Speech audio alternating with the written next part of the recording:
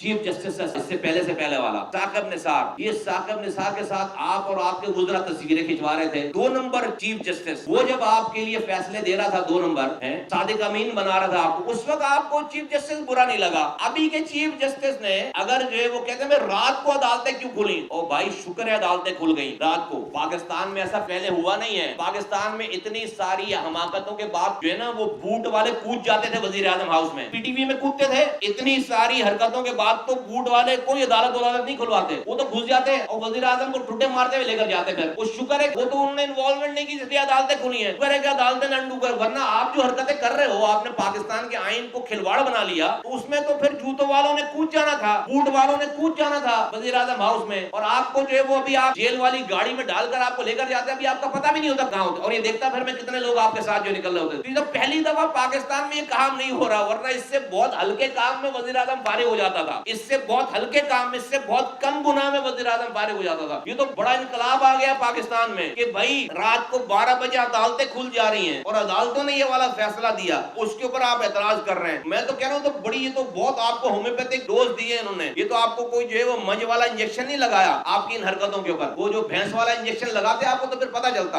ابھی آپ کے سارا امر بالمعروف اور آپ کی ساری یہ جو نا یہ جو آپ نے ریاست بنائی آپ کا اس کا پتہ چل جاتا. اس سے پہلے والے وزراء اعظم کو اس طرح کے آپشن نہیں ملے، وہ چھوٹی چھوٹی غلطیوں میں فارغ ہو جاتے تھے.